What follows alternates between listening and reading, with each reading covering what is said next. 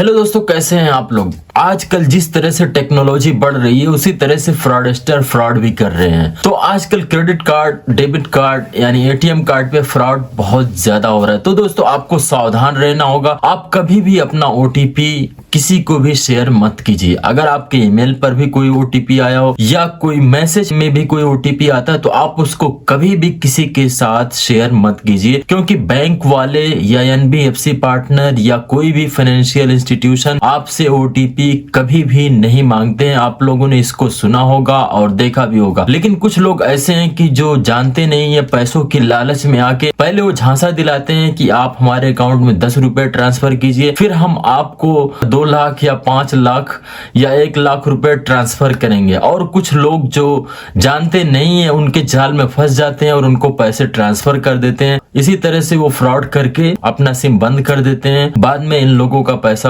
लुट जाता है, ये फ्रॉड के शिकार हो जाते हैं। तो दोस्तों आपको इस फ्रॉड के शिकार से बचना है। आपको ओटीपी कभी भी किसी के साथ शेयर नहीं करना है। आपको इस बात को ध्यान रखना होगा। बैंक वाले या कोई भी फाइनेंशियल इंस्टीट्यूशन आपसे ओटीपी कभी भी नहीं पूछेगा। और आपको एक बात और भी याद रखना है कि यूपीआई में पेमेंट करने के लिए ही ओनली आपका यूपीआई पिन लगता है, ना कि रिसीव करने के लिए। कभी कभी कुछ लोग तो ऐसे होते हैं, इतने फ्रॉड करते हैं कि आपको एक क्यूआर कोड भेजेंगे कि आप इस पे स्कैन कीजिए और यहाँ पे आप अपना नंबर डालेंगे तो पैसा आपके अकाउंट में आ जाएगा। तो कई सारे हादसे के शिकार कुछ लोग ऐसे भी हो चुके हैं कि उनके पास एक स्कैनर आता है, एक कोड आता है और वो क्या करते हैं, जाके जल्दी से पैसों की लालच में अपना यूपीआई पिन डाल देते हैं और उनके साथ फ्रॉड हो जाता है और वो पैसा उनका फ्रॉडस्टर के अकाउंट में चला जाता है। तो दोस्तों इस तरह से आपको बचना है। ऑनलाइन फ्रॉड बहुत ज्यादा होते हैं। तो दोस्तों दूसरी बात का आपको ये ध्यान रखना होगा कि आपको जो व्हाट्सएप पे लिंक रिसीव होते हैं कि 2023 2024 का मैसेज आया है, मोदी जी ये दे रहे हैं, राहुल गांधी जी ये दे रहे हैं, या किसी भी बड़े पॉलिटिशियन का नाम लेकर या किसी भी गवर्नमेंट का नाम लेकर भारत की सरकार आपको ये दे रही है, फ्री में 25 GB डाटा दे रही है, ये दे रही है, वो दे रही है, उस लिंक पे आपको कभी भी भूल कर भी क्लिक नहीं करना है। अगर आप क्लिक करते हैं तो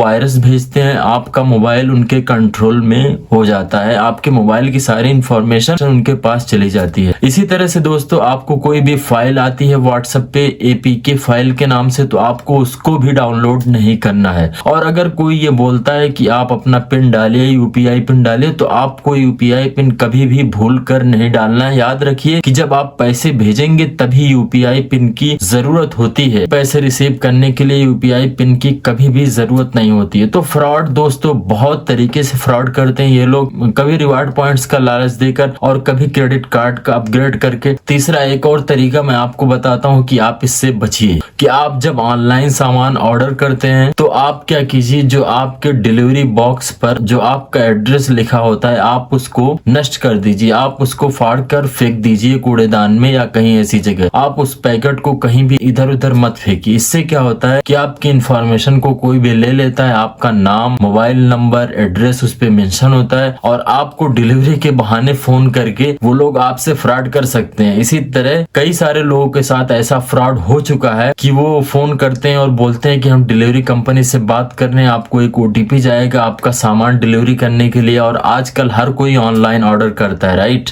तो इसी तरह से वो लोग फ्रॉड कर सकते हैं। तो आप अपने बॉक्स को या पैकेट को इधर उधर मत फेंकिए, उसको फाड़ कर फेंक दीजिए या तो नष्ट कर दीजिए। इसी तरह से दोस्तों जब आप एटीएम मशीन से पैसे निकालने जाते हैं तो आपको होशियार वहां भी रहना है। आपको देखना चाहिए कि वहां पे कोई मशीन तो नहीं लगी है, क्योंकि एक छोटी सी मशीन आती है जिसको वो लगा देते हैं एटीएम मशीन में। जब आप अपना कार्ड उसमें डालते हैं तो वो कार्ड का नंबर उसमें छप जाता है। अब वो लोग पता नहीं कैसे इतनी सिक्योरिटी होने के बावजूद भी एटीएम मशीन पर वो सब लगा देते हैं सारी चीजें, फ्रॉडस्टर जो होते हैं। फिर उसके बाद में आपका क्रेडिट कार्ड क्लोन हो जाता है, यानी कि आपके क्रेडिट कार्ड की कॉपी हो जाती है, एक्सपायरी डेट और नंबर उसमें चला जाता है और सीवीवी भी कॉपी हो जाता है। फिर वो लोग उससे फ्रॉड कर सकते हैं। और फिर आपको ध्यान रखना है कि अगर आप जाते हैं किसी भी मर्चेंट को आप पेमेंट करते हैं तो पेमेंट करते टाइम भी आपको देख लेना है कि कहीं कुछ लगा तो नहीं है, कैमरा ऊपर आपकी सारे क्रेडिट कार्ड की डिटेल्स कहीं रिकॉर्ड तो नहीं हो रही है। इसी तरह से दोस्तों आप इससे बच सकते हैं। तो इसी तरह से बहुत सारे फ्रॉड होते हैं दोस्तों क्रेडिट कार्ड से और डेबिट कार्ड से ऑनलाइन। अगर आप मोबाइल बैंकिंग यूज कर सकते हैं तो हमेशा कोशिश कीजिए कि आप लॉग आउट हो जाइए, लॉग इन मत रहिए, और आप इसी तरह से फ्रॉड से बच सकते हैं। और क्रेडिट कार्ड का फ्रॉड ऐसा भी होता है जिसको हम स्किमिंग के नाम से जानते हैं, फिशिंग के नाम से जानते हैं, जिसमें आपको ईमेल आता है और उस लिंक पर कोई अटैचमेंट आता है, उस पर क्लिक कर देते हैं तो उसी तरह से फ्रॉड हो जाता है आपके साथ। तो दोस्तों इन सब से आपको बचना चाहिए। दोस्तों आइए हम जानते हैं कि आप online fraud, debit card, ATM card, bank account या क्रेडिट कार्ड के फ्रॉड को कैसे रिपोर्ट कर सकते हैं साइबर क्राइम को। तो साइबर क्राइम को सिंपली आपको कॉल करना है 1930 पर आपको कॉल करना है और फिर उसके बाद में आपको अपनी कंप्लेंट को रजिस्टर करना है www.cybercrime.gov.in पर। सबसे पहला नंबर आपको कॉल करना है 1930 पर यानी 1930 पर, और उसके बाद अपनी कंप्लेंट को रजिस्टर करना है। जब आप रजिस्टर कर देंगे अपनी कंप्लेंट को तो वो लोग सॉल्व करेंगे, आपका पैसा रिटर्न करने में आपकी हेल्प करेंगे। और यहाँ पर रिपोर्ट करने के बाद दोस्तों बैंक भी आप की हेल्प करेगा कि आपका पैसा जो भी लॉस हुआ है, फ्रॉडस्टर के पास गया है, जो भी फ्रॉड हुआ है आपके साथ, उसमें आपकी पूरी सहायता की जाएगी। दोस्तों आइए हम जानते हैं कि आप साइबर क्राइम की वेबसाइट पर अपने कंप्लेंट को कैसे रजिस्टर कर सकते हैं। तो सबसे पहले दोस्तों आपको www.cybercrime.gov.in ओपन कर लेना है और फिर आपको अपना मोबाइल नंबर डालना है, बैंक का नाम डालना है और अकाउंट नंबर डालना है जिससे पैसे डेबिट हुए हैं, और आपको ट्रांजैक्शन का डेट भी डालना है, किस डेट में ट्रांजैक्शन हुआ है आपके अकाउंट से। और अगर आपके एटीएम कार्ड या क्रेडिट कार्ड से फ्रॉड हुआ है या कोई धोखाधड़ी हुआ है तो आपको एटीएम कार्ड या क्रेडिट कार्ड का नंबर भी डालना है और आपको ट्रांजैक्शन का स्क्रीनशॉट डालना है, या धोखाधड़ी से संबंधित कोई भी चीज हो आपके पास, कोई भी प्रूफ हो तो आप उसको डाल सकते हैं। अकाउंट स्टेटमेंट भी आप डाल सकते हैं उसका स्क्रीनशॉट लेके।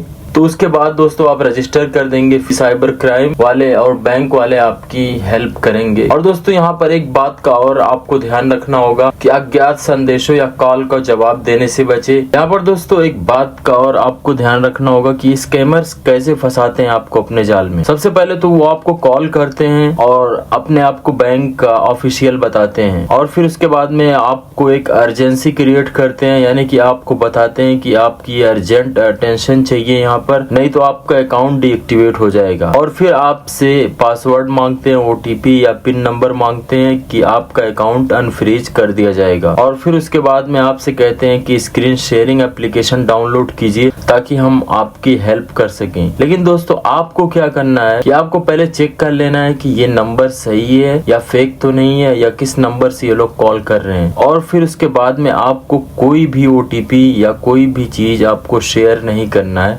आपको घबराना नहीं है अगर वो कितना भी इमरजेंसी क्रिएट कर रहे हैं, वो लोग बोल रहे हैं कि आपका अकाउंट बंद कर दिया जाएगा, हाँ भाई बंद कर दो, कोई दिक्कत नहीं है, ऐसे बोलना है आपको कुछ भी नहीं देना है, ना ओटीपी ना पासवर्ड, कोई भी पिन आपको नहीं देना है। और एक बात तो आपको भूल कर भी नहीं करना चाहिए कि आप कोई भी screen sharing, AnyDesk, team viewer या कोई भी एप्लीकेशन जो स्क्रीन मिररिंग एप्लीकेशन है उसको आपको डाउनलोड नहीं करना है। और दोस्तों एक तरह से और फ्रॉड हो रहा है, जिस तरह से एआई का जमाना है, आप लोग जानते होंगे आर्टिफिशियल इंटेलिजेंस का जमाना है, तो इस तरह से अब वॉइस स्कैम भी बहुत होता है। वॉइस स्कैम कैसे होता है दोस्तों कि आपके फैमिली मेंबर्स में आपके ब्रदर या फादर की आवाज को पहले वो लोग देखते हैं कि किस तरह से आवाज है आपके फैमिली मेंबर की, या रिलेटिव की किसी की भी आवाज को क्लोन कर देते हैं, को कॉपी कर देते हैं और सेम टू सेम आपको कॉल करते हैं। फिर उसके बाद में आपसे बोलते हैं आपकी पिताजी की वॉइस में या आपके किसी भी फैमिली मेंबर की वॉइस में आपसे बात करते हैं और इमरजेंसी क्रिएट करते हैं और अर्जेंसी क्रिएट करते हैं और बोलते हैं कि आप हमें 10,000 रुपए ट्रांसफर कर दीजिए। आपको लगेगा कि ये तो आपके पिताजी की आवाज है या आपके भाई की आवाज है, ये आवाज है या किसी और फैमिली मेंबर की आवाज है, बट आपको वहां पर ऐसे तुरंत ही सेंड नहीं कर देना है पैसे। पहले आपको कंफर्म कर लेना है कि कौन है। अगर आपके फैमिली मेंबर में किसी को भी प्रॉब्लम है, पैसे की जरूरत है, तो आप उनको डायरेक्टली कॉल करेंगे, ना कि आप स्कैमर की बात सुन के आप उसको पैसे ट्रांसफर कर देंगे। तो इस तरह से दोस्तों बहुत फ्रॉड होता है इस तरह से कि आवाज बदल के किसी भी फैमिली मेंबर